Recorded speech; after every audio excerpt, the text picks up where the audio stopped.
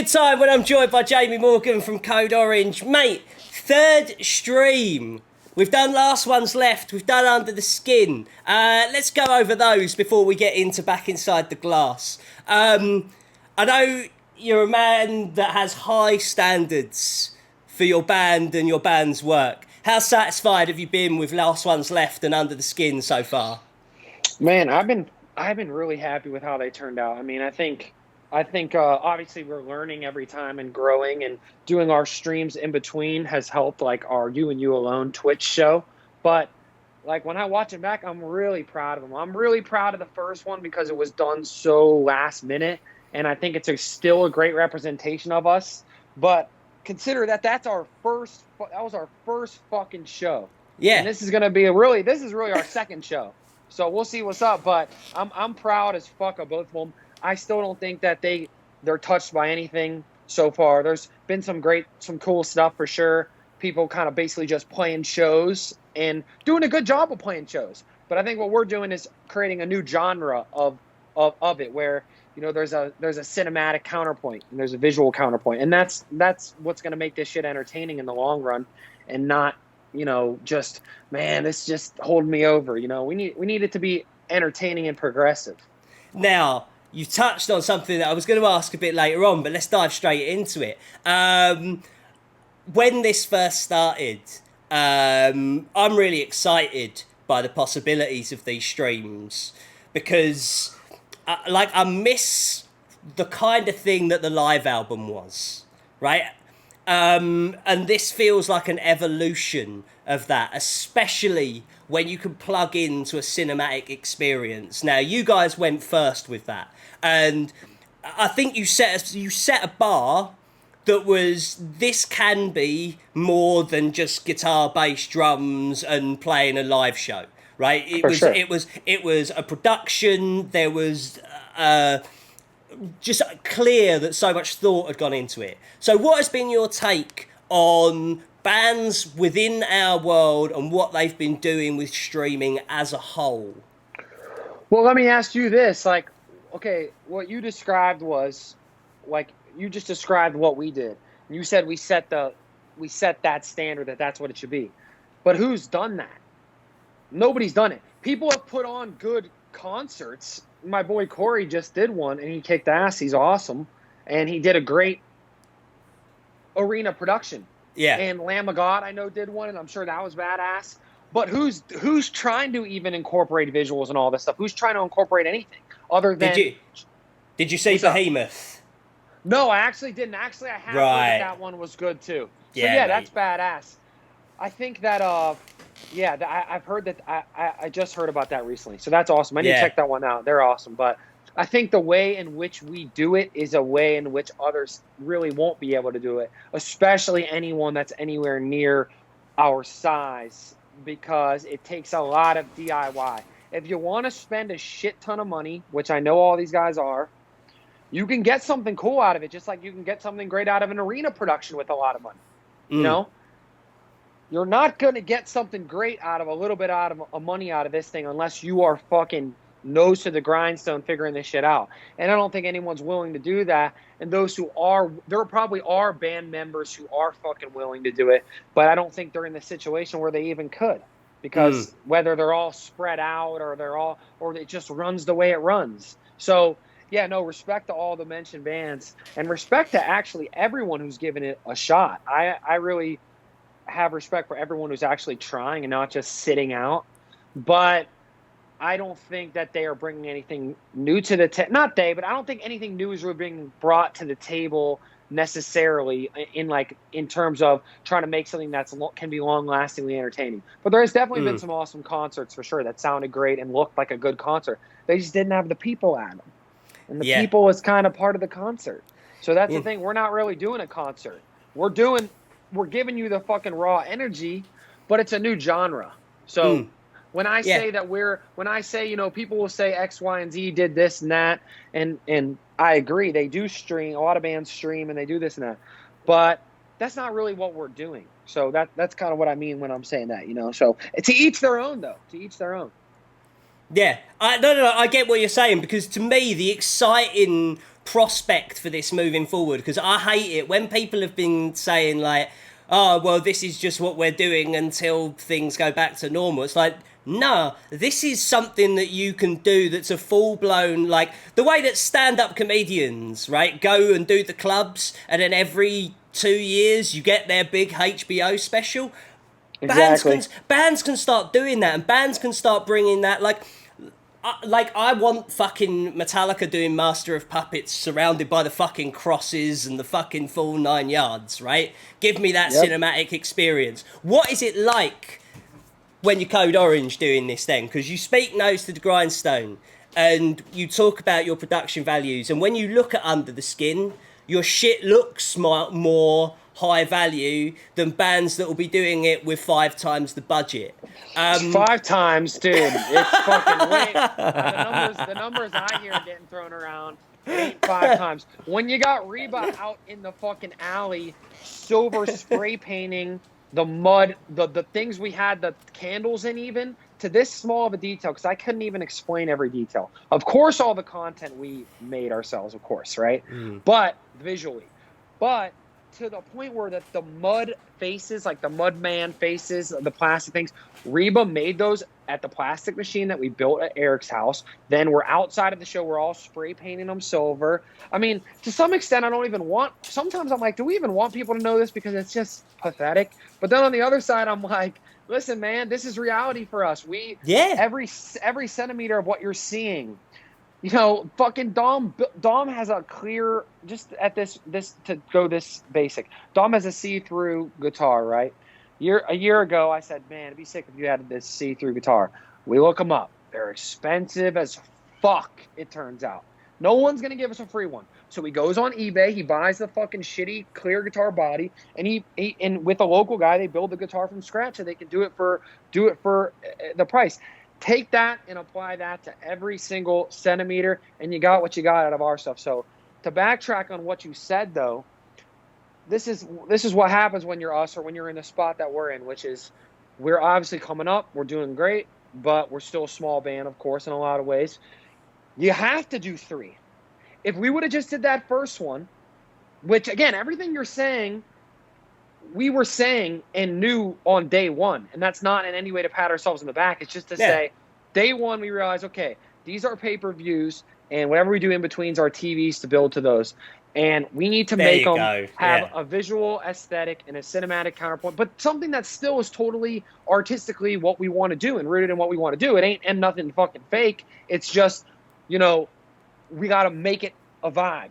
So we knew that day one, that the first one was going to be the album basically vibe. The second one was this unplugged meets this kind of surreal, like this found footage kind of horror vibe.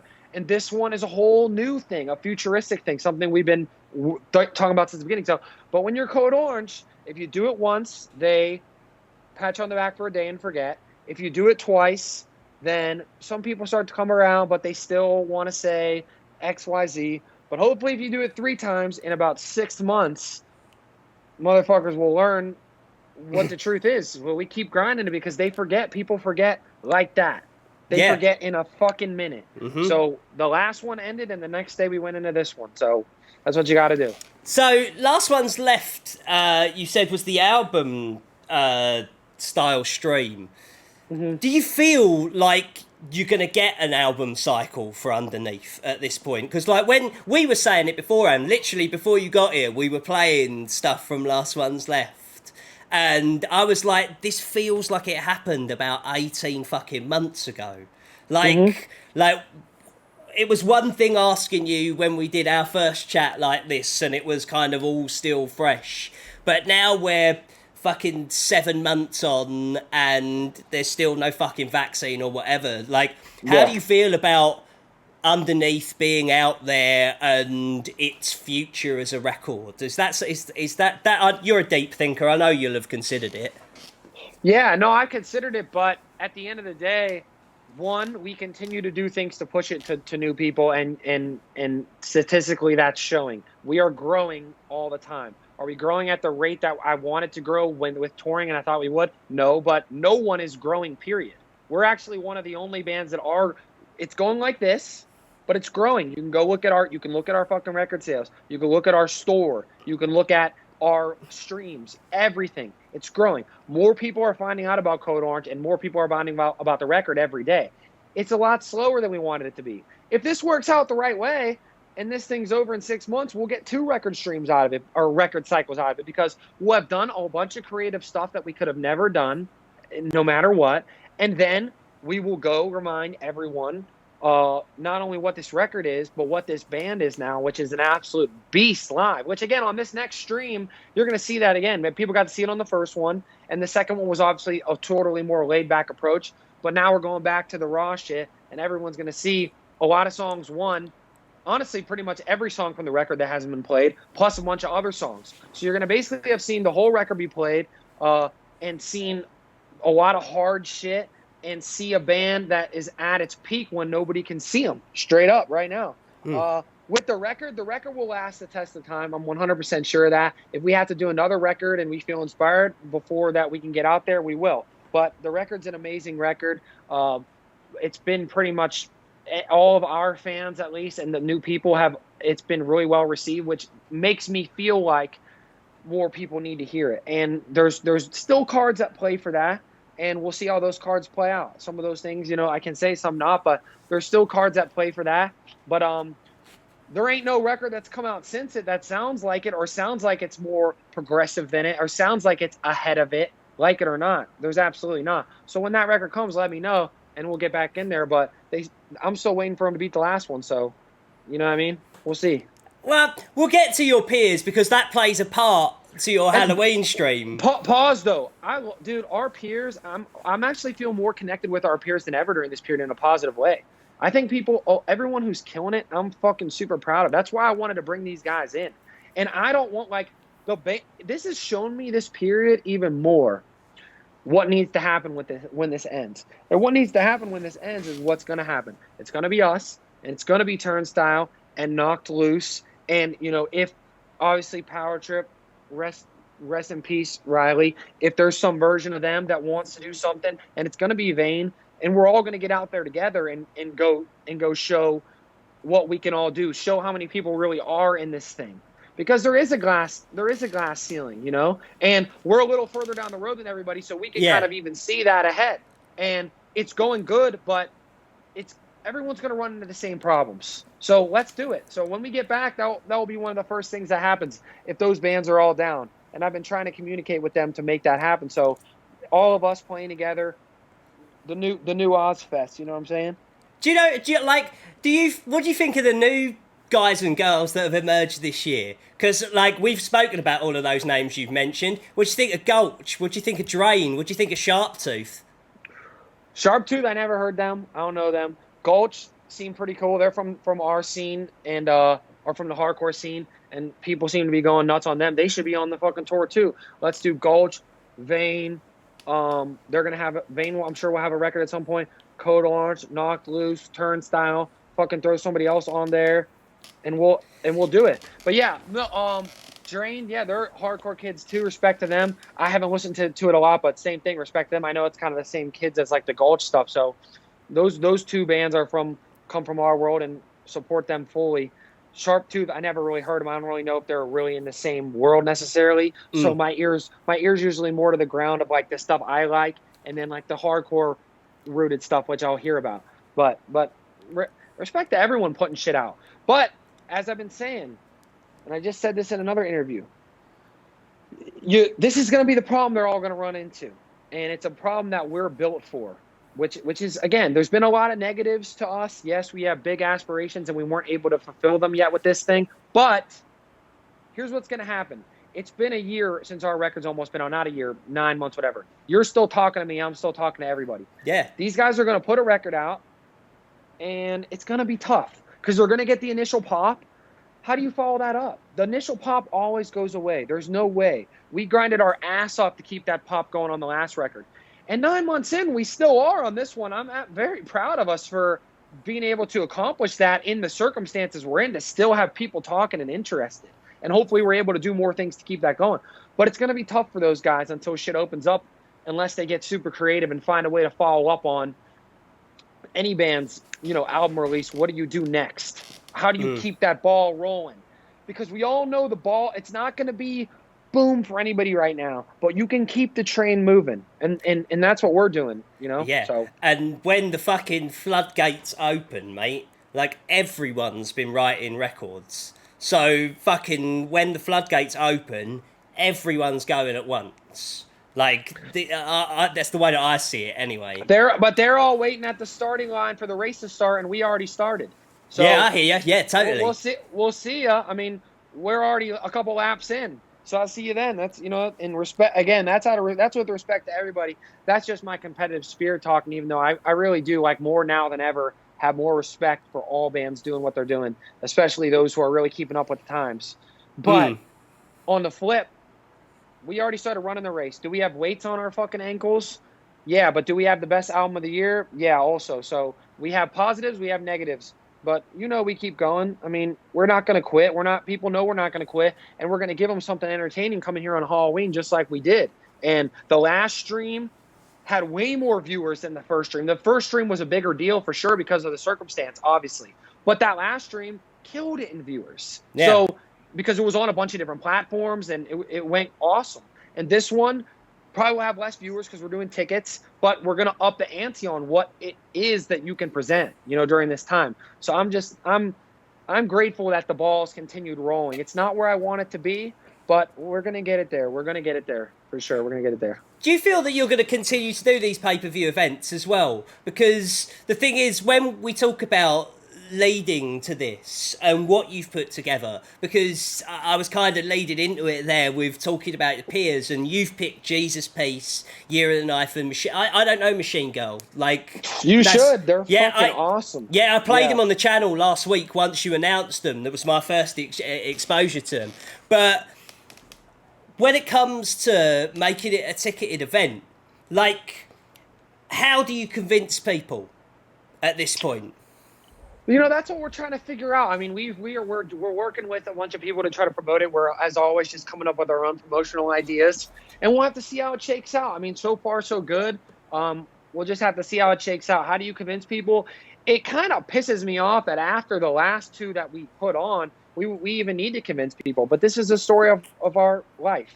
You do something great, and a lot of people will give you that credit, and I really appreciate that. And a lot of people won't, especially if you're not big. If we were Metallica and did one of those streams, we'd be in the fucking God's Hall of Fame, like, forever, which they obviously already are. But just using any example, I hear you. You're a big band and you do something like what we did that first time, it's over. Your legacy is cemented. For us, not so much. We have to keep going.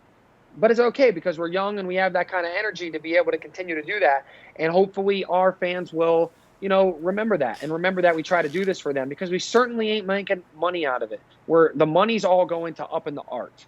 So, that's what this has pretty much been all about. I forget what your question, because I just fucking talk about whatever. But what you What I was saying is, are you going to... So, tomorrow, there's a vaccine. Kaboom, everyone's back touring again. Are you still going to do pay-per-view events like this? I mean, I don't think we'll do it the same way, no, because we need to get on that grind and show people what we got, which live is a fucking animal, man. Like, it's exciting. So, almost... No, but in a good way. It's like this era that we're having is created by this, and it'll be marked by this. And this thing is going to end at some point, and we'll be back.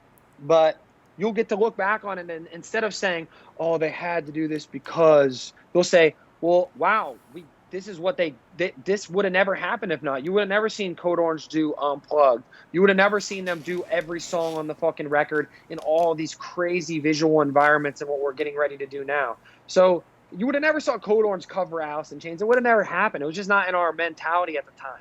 It was like, we have this record. We need to go tour on this record for the next years. So now it's like, great, we get to do all this. And then when the road opens, we'll be back on the road. But I'm not sitting around waiting and hoping and wishing and praying and crying. It's just, it's just, life is what it is. Life's hard for everybody now, man. Everybody. Mate. We definitely don't have it the worst. And even as bands go, again, we're growing. We're not doing everything that I wanted to do yet, but we're growing, and the records again come into a year, and things are coming up, and people are still remembering this record. They're going to remember this record, and there's a lot of records they ain't remembering already. So we'll see. And do you think that your trailer is antagonistic to other bands and artists that have done streams? How so? How so? It's very forward. Which part? Yeah. Oh, when it says the innovators of? Yeah. No, I think that's completely factually accurate. There's definitely other people that have done it. And if I could write it as a long sentence, I would say the innovators of doing this. But I saw it. I saw it, and I was like, "That's fucking bold." Here's the thing, Beez. Again, if we were a bigger band, and the things we did left the imprint they needed to, and were carried over, would we approach it that way? Probably not. I'm the same. I've lived outside the walls. I hear you.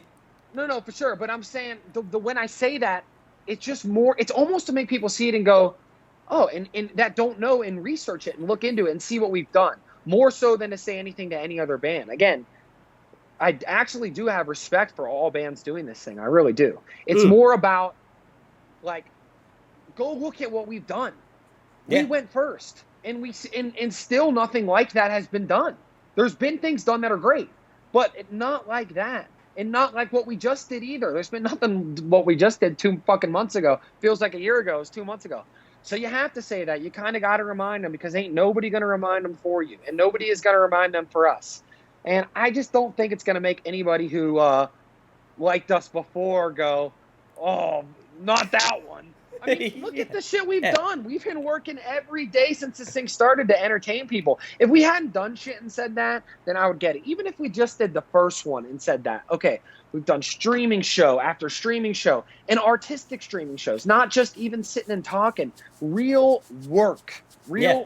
Honest fucking work on top of this record. So, no, I'm proud of it. I believe in it. And again, respect to all. And other people have said other stuff too. So, you know, we say what we say, and we mean it, and we do it like nobody else does it. And I hope more people do it like we do it, because it's going to help the genre. But they just ain't really, you know. So, but again, honestly, respect to all, respect to Lamb of God, Corey, all these guys are my friends. They're doing a great job. They're killing it. So nobody get it twisted. Yeah. What about writing? Before we get to Back Inside the Glass itself, what about writing? This record was written a while ago. And a band that works as hard as you do on your art, like, I could ask you if you've been writing, but I feel like I know the answer already. Creatively, have you started to take strides into new terrains during this lockdown? I mean, here's the thing about this record. This record is not your typical rock record in terms of, was it written a while ago? Yeah. Was it put in the can like all these guys and came out a year later? No. We worked on this record till the last possible second, as if it was like a rap record. So it's current in terms of where we want to be. To me, it feels like the pinnacle of a certain journey that the band has taken. I think if we're going to do stuff going forward, it's going to have to shift a little bit in order to remain interesting. I mean, I don't think it's going to need to it's not going to reboot or anything. We're going to continue on what we've done. But if we're going to do something, you know, I still really, really, really, and I believe they will want more people to hear this record and hear a lot of the individual songs on it, especially the ones that are more accessible, because I think they're amazing. And so I want to try to keep using things as a vehicle to push that. New songs and stuff, that could definitely happen. Doing a new record, we're not focused on that right now because we put out one of the most badass records there is. So why the fuck would we be? That's the way that I look at it. And the only reason we were last time was because I knew where we wanted to go, and this is where we wanted to go. And there's a lot more legs on it, 100%. To throw another record at you right away, I mean, if we need to, we will, and I'm sure. And there are creative juices flowing. We absolutely have things going for sure. But we've been treating these things as a full-time job. These streams, man. We want people. There's a lot of people. So many who statistically have not heard what we did. People in metal, not even just people in general. People in metal and rock who have not heard any of this shit, and they need to hear it. And when they hear it, then okay, maybe we do something else. But You know, that's it. Yeah, that's what I had to ask just to be clear of where we're at creatively. For sure. So back inside the glass, where you talk working every day, he means that literally, ladies and gents. Work would have begun on this straight after Under the Skin. We've seen bits and pieces of what you guys have done in video shit for other artists as well during this lockdown.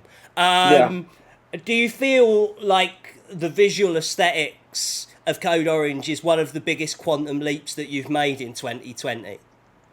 Oh, for sure. Yeah, we've definitely gotten way better at that. I think we're definitely really growing at that. And yeah, I think if we wanted to, I think we could do it for, you know, me and Shade have started Nowhere to Run Productions, which is kind of like a production company in a way. But again, we're not really doing much because we're really just focused on what we're doing. We've done some music videos and stuff, like you said. Yeah. I think we could totally do that for others as well. But when the time's right. But right now, the time is really to be in our own headspace and learn from others. We've been collaborating with others a lot. But yeah, I think we've made big growths in that department. And I think the time home has really helped that a lot. You know, whether it's the 3D stuff, obviously, but also, you know, shooting that found footage kind of horror movie that we shot for the last stream, making all this promo ourselves. All that stuff has been really, it's been helpful to have that time to do that. So yeah, no, I definitely think so. And I'm excited for this stream to one, yeah, we're going to introduce some visual shit that I think is next level. But two, we're going to go play some raw fucking hard shit. Some of our hardest tracks, to be honest. And so it's going to be fun. We're going to mix those two worlds again, man. The hardest fucking shit and that art mind. So back inside the glass, from the trailer, it looks like the same construct from the Swallowing the Rabbit Hole, but fucking gone Mad Max. How close am I to what we're getting from the general aesthetic? Yeah, that's that. Okay, so here's what we're gonna do. And we're calling it a live stream environmental experience. And you know, I debated for a while, oh, should we do it and let people, you know, see what it is? But I think I want to explain it, because a problem we've had in the past is there's always such an idea within an idea that people just don't even get past the first layer. They're just so goddamn confused. They don't even know what the hell's going on. You know what I'm saying? Yeah. So here's what we're doing. Long story short, we've built a structure that we're going to play on, DIY, and we're going to use projection to make it appear that we're basically playing inside all these different environments from the record and from this kind of Code Orange universe in a really cool way that I don't think, you know, it's been done in art installations and fashion shows in different things, but it definitely hasn't been done by the fucking rawest, hardest band in the world. So I'm excited to combine those two things.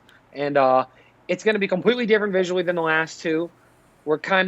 It's almost like the first couple bands, Machine Girl, Year of the Knife, and Jesus Peace Who I Love, they're almost going to get that cinematic kind of treatment that the last two sets have gotten, and we're going to help produce their sets. Oh, no way! Well as what they're doing. Fuck! Yes. So you're going to get that from them, and then from us, you're going to get a whole new thing. So I'm excited. It's if we you know, the product itself, I'm very, very confident in and excited about. We got to get some asses in the seats. So I want people to understand what it is we're doing and know that you're going to be thoroughly entertained. You're not just going to be watching a concert. You're going to be watching a cinematic event, and it's going to be for all the bands. And it's going to be really a cool experience. Yeah, I've got to throw shout-outs to what you've done as far as the Mudbangers TV thing as well, and having support bands with you on this That's thing. Coming back. Mudbangers Ball is coming back. Mud TV. Ricky Rackman's going to host that shit. Beez was busy doing everybody else's shit. Beez was busy doing every other stream. So hey, we got Ricky Rackman. He's gonna be hosting Mudbangers Ball Volume 2, showcasing a bunch of new art. Not new to everybody, but Backwash, who's an awesome rapper, gonna play their video. Oh, amazing! Yep, Harm's Way. People have heard Machine Girl, Nothing, Power Trip. Ricky's going to talk about these artists, play their videos. We're going to do a question segment with a bunch of artists that we rounded up to answer a couple questions. It's going to be a badass show. Again, I think it's a really cool, thought out pre-show, and I'm really looking forward to it. It's going to be done a little differently than last time, but that's another thing, and that's going to be free.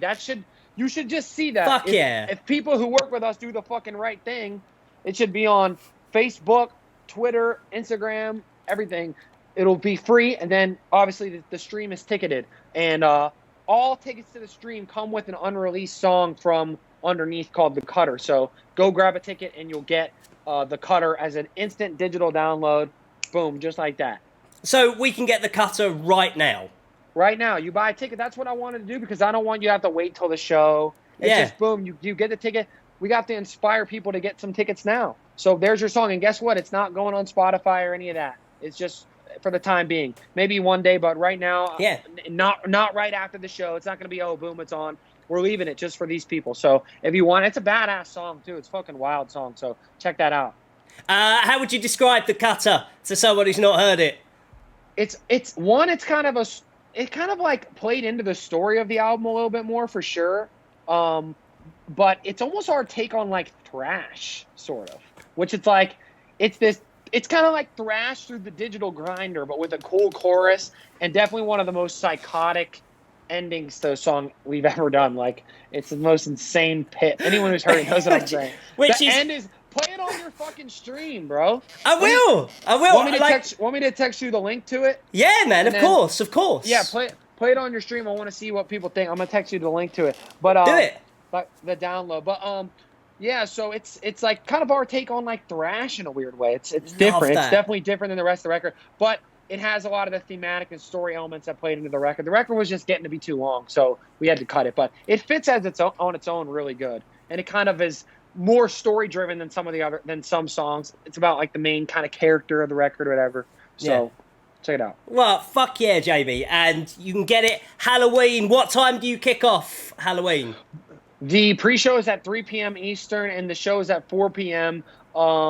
EST. In the UK, the show's going to air at 8, not even 9, because it's a time change gimmick. So that's pretty cool. So it's earlier than we did before. This will be the first stream that in the UK and in Europe you could watch like at a good time. It's not too late. If you buy a ticket, it'll be up for 48 hours after that.